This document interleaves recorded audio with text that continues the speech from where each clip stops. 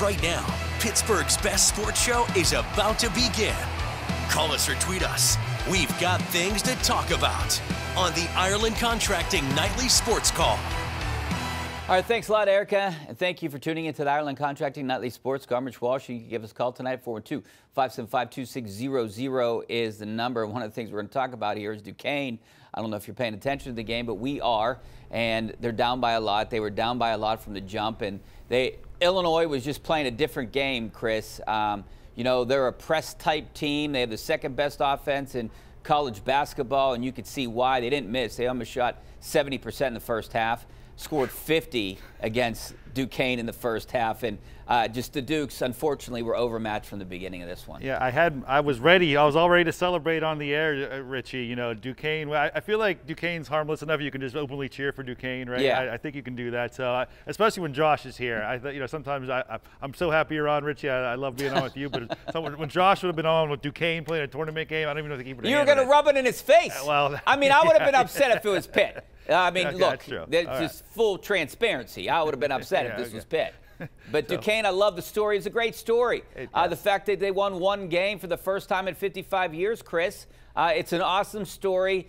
You know, but you knew it was going to come to an end at some point. I just wish the game would have been a little bit closer. But you could see sometimes when you're a defensive type of team and you go up against a team like this that can shoot the lights out, you get buried.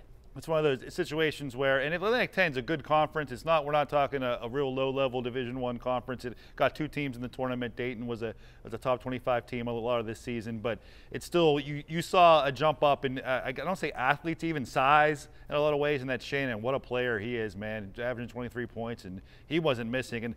And it was one of those situations where not Duquesne had to play a perfect game, but Duquesne had to play a better game than Illinois. You know, obviously they had to play a better game than Illinois, but they had to play better than maybe not over their heads even. And Illinois had to be a little bit sluggish, and Illinois was just didn't miss anything, and Duquesne was missing a lot. They weren't, when Day Grant's not hot, it's been trouble for Duquesne a lot of times, and it was tonight here, and it's a shame. But yes, it would be better. At least they could have been competitive after maybe even the halftime, or you know, even if they lost the game, that'd be one thing. But but that being said, you're right. Making the tournament first time in 47 years, winning a game first time in 55 years, a lot to be proud about on the bluff for Duquesne this season. It's something that people have waited a long time for, even to play these tournament games. So. You know, you would have said, told any Duquesne, trust me, any Duquesne fan alive, up until Thursday, for that matter, or at any point to say if they'd be playing in the round of 32 of the NCAA tournament this year, anybody would have taken that if you're a Duquesne fan. So. Yeah, I think that win against BYU gave a lot of fans false hope, just because Duquesne, BYU was an offensive team, and they struggled early shooting the game, shooting in that game. So. The Illini, another great offensive team, but they didn't struggle at all on the court shooting. So Duquesne was just overmatched. But you know what? What I do want to ask you here, Chris, what does this do for a program like Duquesne right now? I mean, how can they build off of this? I mean, how can they be the Dayton, the next Dayton of the A-10? Yeah, it's the timing of it is you have a coaching change here, so I don't know how much that affects. And in today's college basketball too, there's continuity is hard in any circumstance, right? Whether coaches, whether you make a run, whether you have a bad season or not, there's a lot of roster turnover, especially at these mid-majors, and we saw it a lot almost every year with Duquesne leading up to these last couple of years, and maybe that's why there was continuity to a lot of the roster these last couple of years with Day Grant and Jimmy Clark there being there, and that's why they were capable of making this kind of run. And Pitt was a little bit of continuity, although other players graduated after last season or ran out of eligibility after last season, so it was a little bit there. But yeah, it could be a springboard. I mean, you know, Duquesne has a history. We're talking back, you know, decades and decades ago now, but it is still obviously in one of the bigger markets in the Atlantic 10, and Atlantic 10, as aforementioned, is not a bad league. It's not one of the bottom feeder leagues, that's for sure. And there's been years, not too distant past, they've gotten 4 teams into the tournament. So if Duquesne can stay at the top, but yeah, obviously a big hire here. People assume would be Drew Joyce, the assistant, the former LeBron James teammate. Of course, Keith Rambrot coached LeBron James in high school. That seems to be not the assumption, but at least certainly the big favorite to be the next coach, and that would keep this roster together. At least the guys that have eligibility flexibility left going into next year, and we'll see. I mean, I would say Duquesne, sleeping giant's probably too strong of a term, but it certainly has the potential to be better than it has been over most of the past 47 years. At least be a consistent and get up there and you know, make the tournament, you know, every couple times a decade at least, something like that. You know, before we go to break, I mean, you have to keep that LeBron connection, I think, if you're Duquesne. You have to hire Joyce. I think you have to.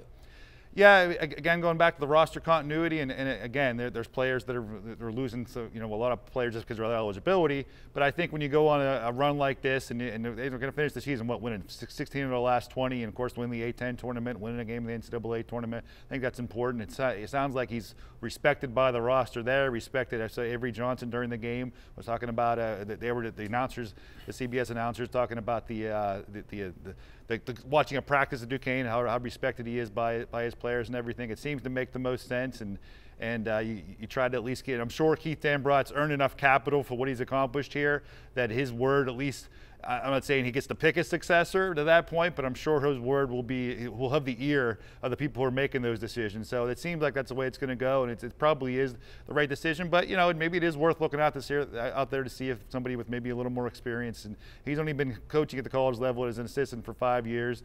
That doesn't mean he can't do it, but at least maybe keep an open mind and look. Maybe they'll interview some other people, but that's probably the way they're going to go. All right, we got to take a break, but we're going to take your phone calls tonight. 412-575-2600 is the number. Back in a couple minutes.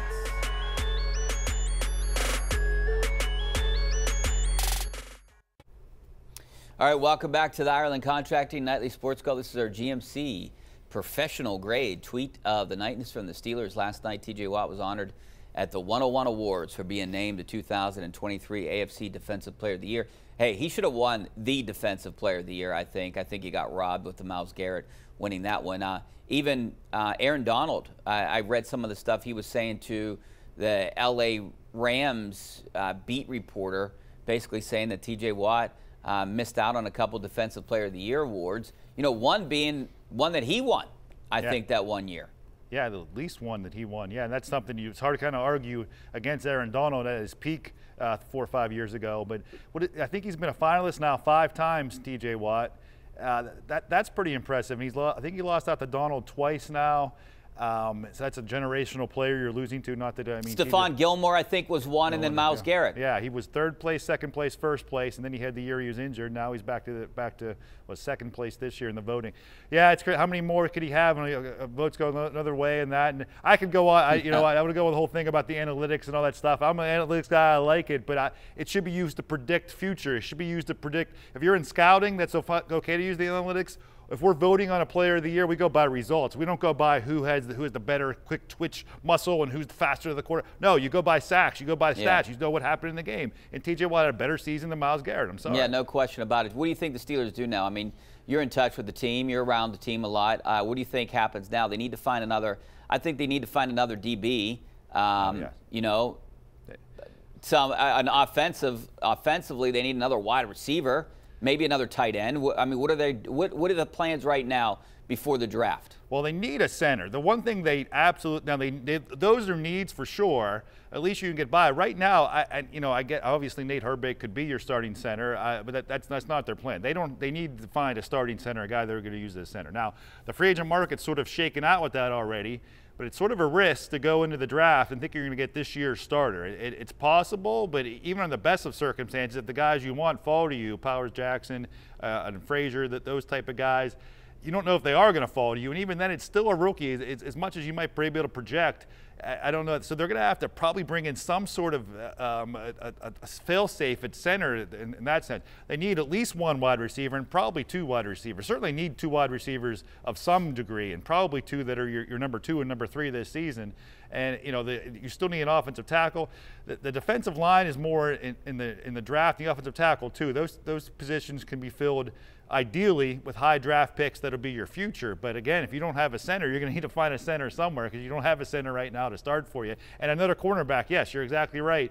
It would be really good for this roster too. They're not going to go with what they have now. So again, do you depend on a young guy? There's only 3 picks in the first 2 days, right? So you can't fit all these holes in the draft. So there's still work to do in free agency, and I'm sure Omar Khan still will get some things done signing guys. What about bringing Mason Cole back? Is that off the table? I just feel like it's probably not the table. I think the way they openly talked about Omar about it, and hey, you know Mason Cole, Richie, as well as I do. In the locker room, he was well respected and liked in the room, and they talked about the reason they released him early was to give him a chance to latch on somewhere else. So there's a good relationship there still, and I guess, you know, I'm sure there is a little bit of pride and ego and whatever else, but if you're Mason Cole right now, similar to Mason Rudolph last year at this time, if you don't, there's no market for you, and the Steelers still have a need there, and you know, even if they say, hey, you know what, we plan on we might draft a guy in the first round, you might not be the starter if that's the case, but if not, we'll run it back with you again. I don't think that door is closed, no.